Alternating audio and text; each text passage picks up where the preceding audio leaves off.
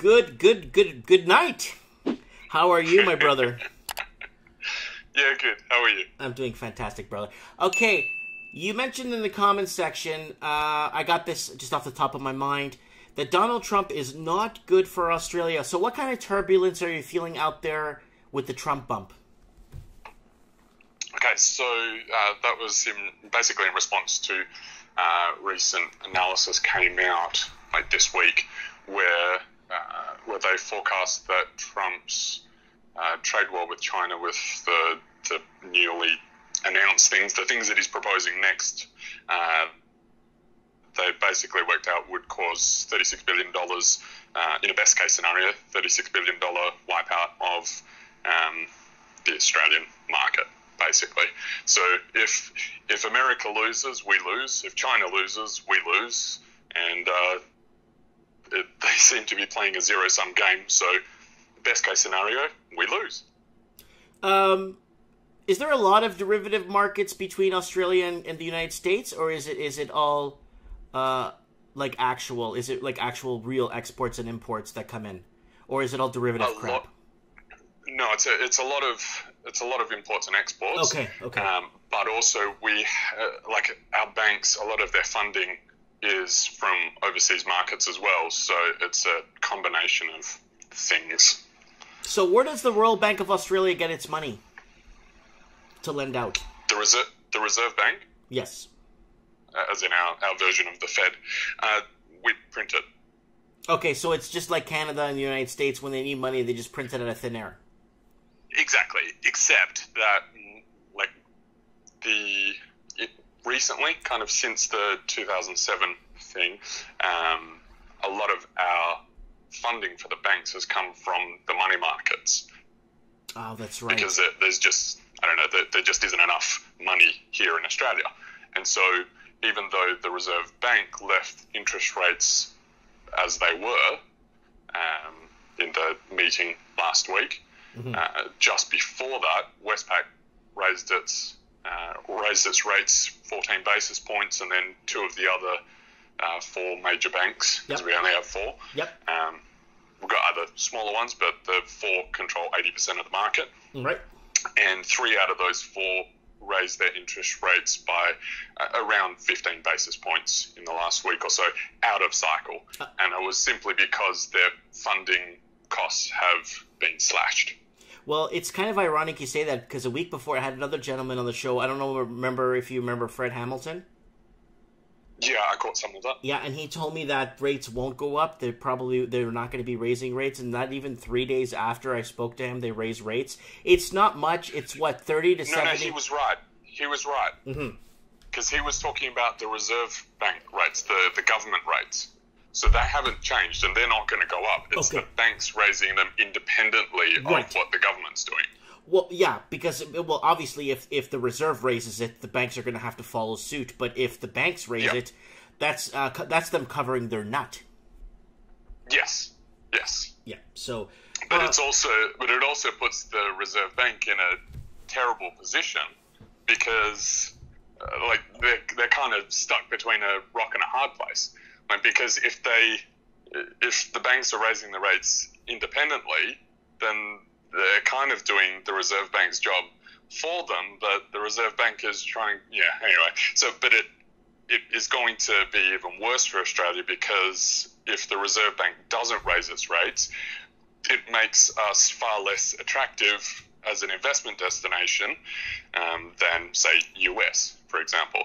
And for the longest time, our rates have been higher than pretty much any of the other Western nations. And we're a developed economy, and so it's been a great place for people looking to get some returns. But now, the Reserve Bank's rate is pretty sure it's 1.5%. So, America, I think, has overtaken us for the first time in 20 years or something. Oh yeah, America's creating that buffer that they require to. America wants that buffer just in case they do fall into that last disaster they had in 2007. You know how people never learn their lesson, and lenders seemingly forget how to lend money, and forget that they're not helping the customer. And I got a question here from Rainier Mola. Says, hey, Mike Martins. Maxime Bernier's campaign made an announcement that he will scrap the capital gains tax. You think the other parties would do the same? Now, before you jump in, Mike, can you explain to the other people living in other English-speaking worlds what capital gains means when it comes to a mortgage there? A lot of people don't understand this because we don't do this in Canada. There's a lot of countries that do not do this. So somebody asked me this, so it's best you tell us what it is. Sure. Okay, so capital gains tax, basically when you buy so you sell an investment, and the difference between what you paid for it and what you received for it, that growth, that is capital gains.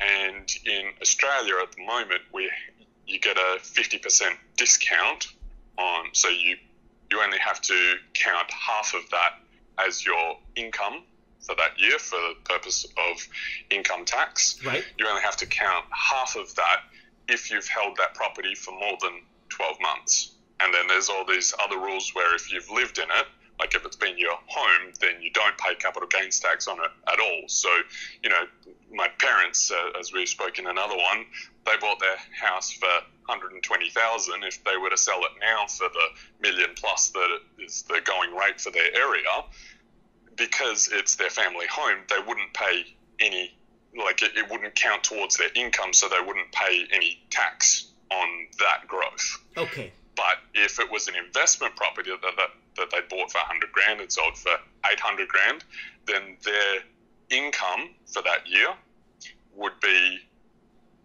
$700,000, halve that to $350,000. So they've essentially made an income for that year $350,000. So they pay another half of that. They pay what? Is that 125 or whatever it is? 175. They pay 175,000 in tax. Okay. Yeah, so it's just basically offsetting the difference of the growth. Very simple. Yeah, exactly. Okay. Exactly. And it's an encouragement to hold property, for example. It's an encouragement to hold property for a long term, at least a year. Okay. So it provides some stability and all that. But the Labor Party is talking about either scrapping that or halving it again, so you would only count so you'd count more of the income towards your income. So you'd pay more tax. Okay. I have Anon in the comments. He's saying that negative gearing needs to be axed. Can you explain to some of the younger people what negative gearing means? Sure. So negative gearing, for an investment property, the difference between what you pay for your mortgage on that property and what you bring in terms of rent, if you're making a loss on the property through that and depreciation and all that. But if you're making a loss, you can write off that loss from the investment property against your income in your day job. So it's very popular for doctors and lawyers, engineers, like the high income earners, the bankers, obviously. It's very popular for them because it basically encourages people to make a loss on their property speculation, because not investment, it's speculation. And so they don't have to make good investments. They can way overspend because they know that essentially they're getting free money, because if you got a 50% tax bracket, then I know how I know. That 50% is crazy. It's like a doctor. Okay, I'll explain it on the way I see it. Negative gearing is basically the way when I first read the first article about it a few months back, and 2 months ago I read an article about it and how that was affecting a lot of the people to take losses, just like you said. It's basically like your doctor or your lawyer or an engineer or something, but you are expending your loss in your negative position on a monthly basis against any income any taxes that you would have paid against the government. So it's not really a refund. You just don't pay as much tax back. Yeah. So that, but it kind of is a refund because you've been paying that tax anyway. Yeah. And it's a way for people who are on, $250,000, $500,000 a year to not pay any tax. Yeah. And by making bad investments. Yeah. Like, it's rewarding people for bad investments. Can I ask, do they have negative gearing in Australia for stocks? No, it's a property only thing. Property only thing. I wasn't sure about that, so that's why I wanted to ask you about that. So turbulence. Okay, so let me just bring up this article I have here on my screen. This was sent by Anon here, and he's saying that analysis who really owns the big four banks in Australia. So it's an article here, and they're going over the combined assets of 2.86 trillion, and I'm just trying to see what they're saying here. Anon, in the comments, buddy, tell us who owns these four big banks, because there's lots of stuff in here to read, and there's lots of reading here. The scary thing about our banks, which makes it really, really scary compared to any other country, is that, if I remember the statistics right, it's around 60% of our bank's books, liabilities, is property, or assets is property. So, I mean, it's like 20% in America, if I can remember. It's 22.69%. Well, there you go. Yeah, that was about what I was thinking. But it's around 60% in Australia. So they're massively exposed, far more than any other country, massively exposed to anything going wrong in our housing market, which has been fine on a 27-year bull run, but that's not so good when things go down. Okay. So do you remember when I was talking about that, how... Okay, see, the United States, let's say it's 21, 22 points in housing, and then like 4 points or 6% is student loans, and then unsecured debt is like 13 to 22%. So the United States is kind of a more of a diverse pie when it comes to diversifying their debt load structure. But Australia's 80 points housing, 60 points housing, that the entire economy is back. And this is what I've been talking about Australia for so long, because it's so heavily dependent on housing to back its economy. Yeah, it's insane. So I mean, you guys got where you're in, the whole mining industry collapsed. And it's starting to revive, you said. Last time we spoke, it's slightly reviving, you said? Oh, a little bit. I mean, you're talking about a mega market collapsing in iron ore. I know. And lithium kind of I mean, lithium's tiny compared to iron. Yeah. So you're talking about batteries versus cities. Yeah. So what do you project happening in it's springtime. Spring sales are on the horizon in Australia right now. Yep. I got an article open right here. Hold on. Where'd it go? Lots of police shootings here in Toronto. Let me close all this stuff here. Let me see if I could find it here. Really good article I brought up. Did you hear about the last guy on the show that's got blacked out of Facebook? Yeah, I did. Yeah. That's kind of weird, man. That's kind of weird. Okay, buyers get cold feet at auction of iconic Beverly Hills building in South Yarra. Is that in Australia? Yep. Yeah, that's in Australia. Yeah. That's in Melbourne area. So what is happening? Despite the determined efforts, Mr. Wallace, the small crowd maintained mute, forcing him to pass on the property on a vendor that bid $780 large. So, are people getting cold feet? What is happening? Can you tell us? Yeah, so essentially the investors have all been spooked. So Digital Finance Analytics, Martin North has done a massive body of work on this. Is fantastic if you want to understand the Australian market. But basically, first home owners are still buying at about the same levels as they have for a while.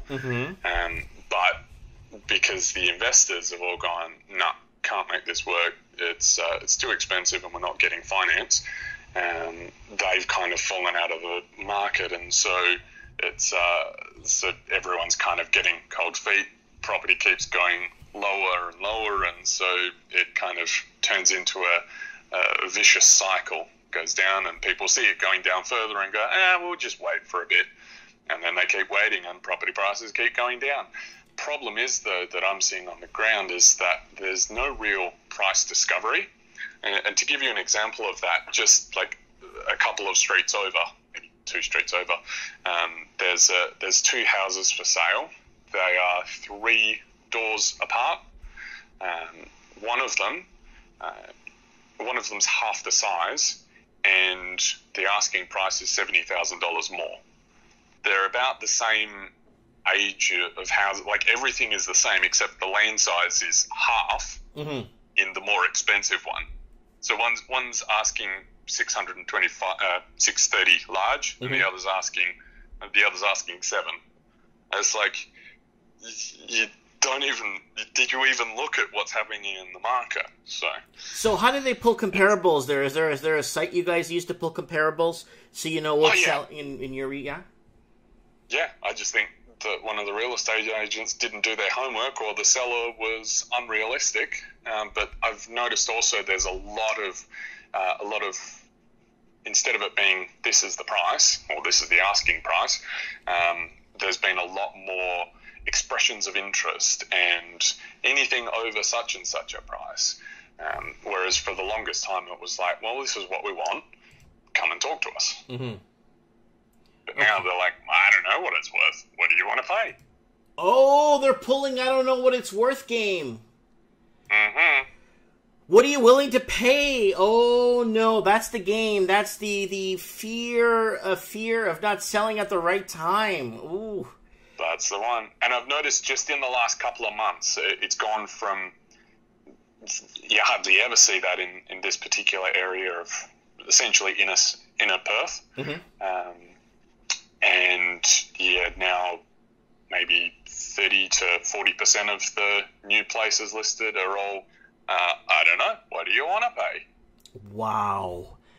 You know, so, this is happening. It's happening, people. It's happening around us. London has been in a huge dip.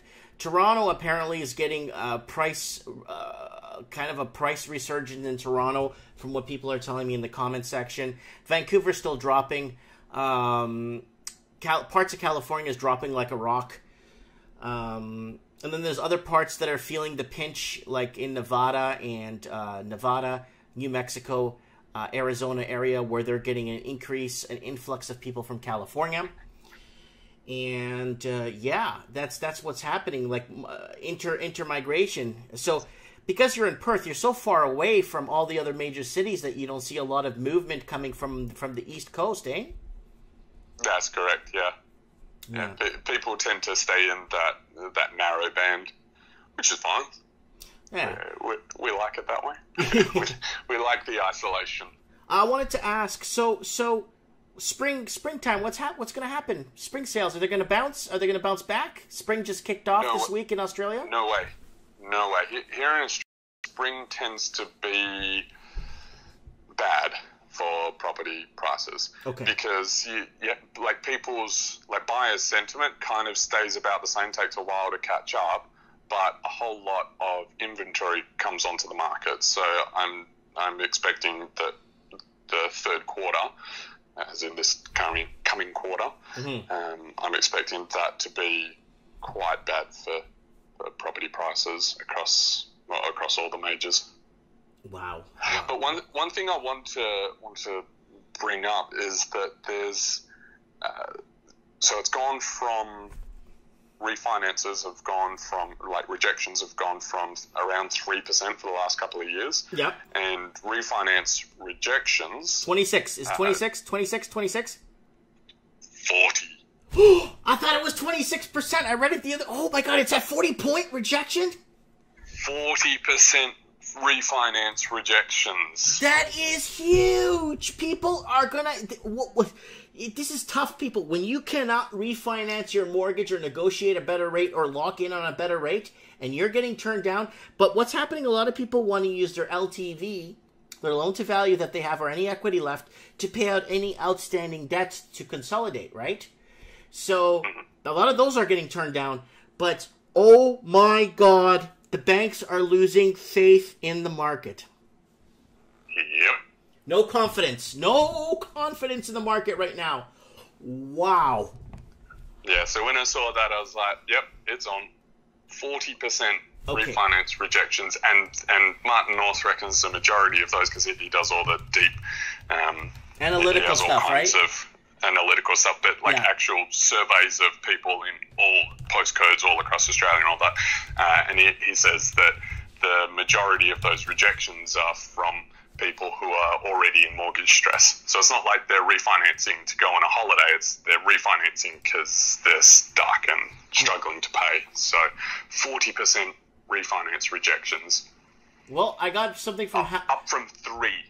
Well, I got something here from August 28th. Yeah, from 3 points, guys. So, guys, 3 points to 40 points. It means that the banks and the Federal Reserve, whatever, they're starting to put the boots. They're starting to pull up their laces on their boots so they look sharp and start to make sure they deflect anything that's not going to work for them, and they're going to cherry pick only mortgages they know that have good continuity in payments. So, okay, here it goes. Mortgage pensioners totally screwed in Australia as finance rejections soar.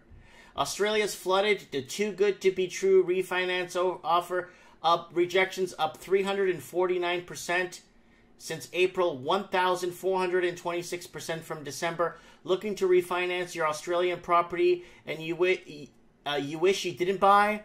Not to worry. I can help is the message banks are sending. Oops, strike that. A total number of monthly rejections went up from 2,031 in December 2017 to 30,986 in July 2018. A mere 1,426% increase. The rejection rate itself looks much better percentage-wise now. It's now 40% from 5% a year ago. It's crazy. It is ludicrous. Ludicrous. Okay, so what do you see Q3 and 4 happening in Australia? And let's. I want to ask you, just hypothetically, what you think for the Trump bump turbulations from housing to the derivatives market in Australia and to the dropping Australian dollar. What do you predict in Q3 and 4 of this year, my friend? Pain. Much pain. He says pain. a lot of pain's coming this way. It's basically a perfect storm is built, and now I think the tidal wave is going to crash over us over the next half of the year. So it's a good time to not be stretched to your limit, shall we say? Yeah, so if people could arrange something with your bank, well, people have been trying with their banks to refinance, so Yeah. if people could find a way to help refinance or get this, get themselves out of the rut they're in, I think it's very important that they play, just, they've got to have to make arrangements now. Yep. Yeah. Right now. Okay, and then I know I always ask you the same question before I boot you off the phone, but buy or sell or hold housing? I think it depends on whether you can hold on for a long time. Because long term, I think it's going to be good. I'm always hesitant to sell property. It's not geared for flipping and selling and up and down. But if a couple of interest point raises going to hurt, then I'd be getting out of property right now. Yeah. I think. Do you forecast them raising rates in the next quarter? The banks will, but because just to get back to where they were earlier this year, they're going to have to raise rates another 0.5%, so 50 basis points. But that's completely independent of the Reserve Bank. I think the Reserve Bank's going to try and keep interest rates as they are.